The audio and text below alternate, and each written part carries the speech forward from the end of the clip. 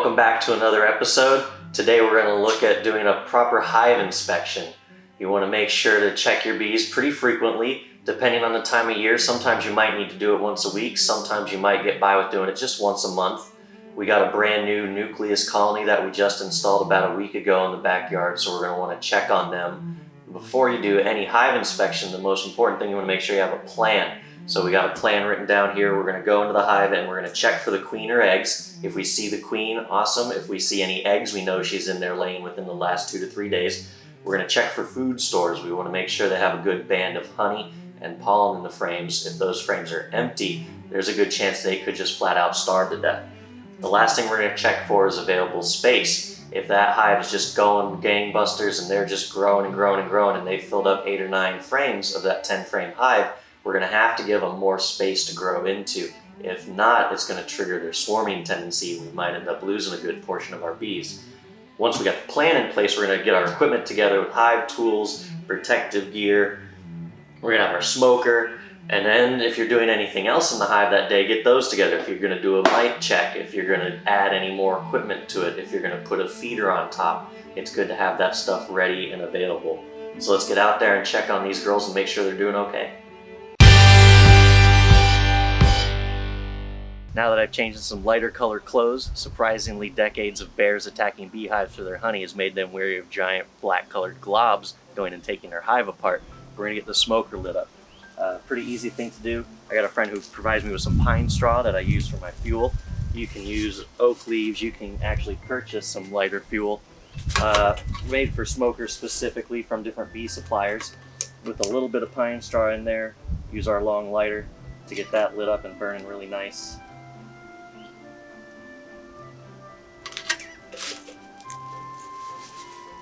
The trick is to get a good base that's nice and hot, so that way when you put more on top, that'll smolder and burn, as opposed to just erupting into flames.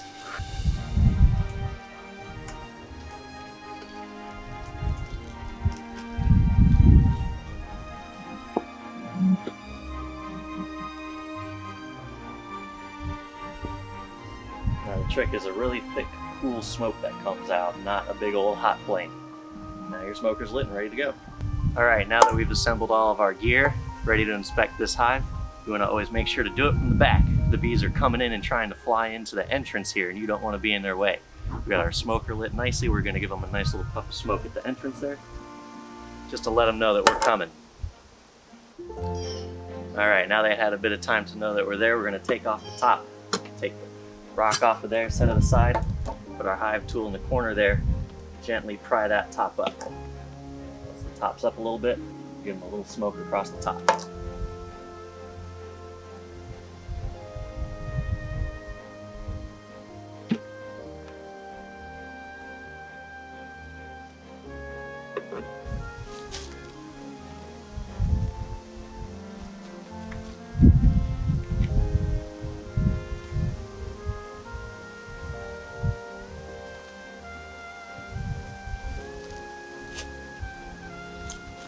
Girls there, just a little more smoke.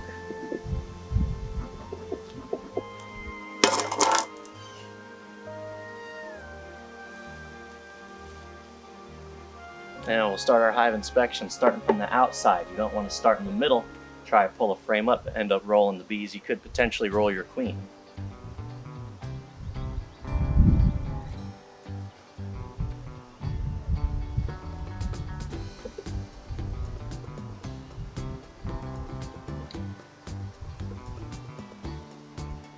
Outside frame there's got nothing on it.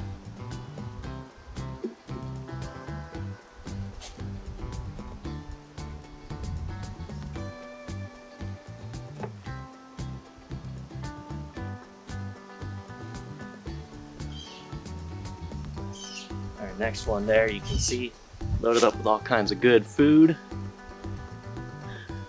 pollen, nectar stores. A little more smoke as they get a little more across the top there. And here we got a nice big frame just packed with brood. You can see totally full pattern, all a bunch of cap brood there that's all set to hatch in the next few days. Not spying a queen on this frame.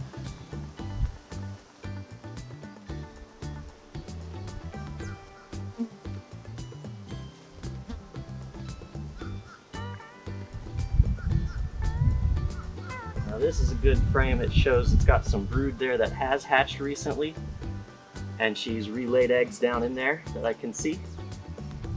And it's got a lot of cat brood around the outside of the pattern that is yet to hatch. So now that I've seen that, I know our queen is in there doing good work. I don't need to continue the inspection. So now I want to look at what we have is 1, 2, 3, 4 empty frames. 1, 2, 3, 4, 5, 6 frames with drawn wax on it. So they still do have plenty of space. So I don't need to worry about adding a super at this point. Now we're just going to gently move everything back to just the way we found it. I always want to move slowly to give bees time to get out of the way so that way you don't crush them. Now one thing that did make opening this hive a little difficult is this frame right in the middle has a good bit of burr comb across the top. So I'm going to give them a good bit of smoke there. I'm going to clean that up.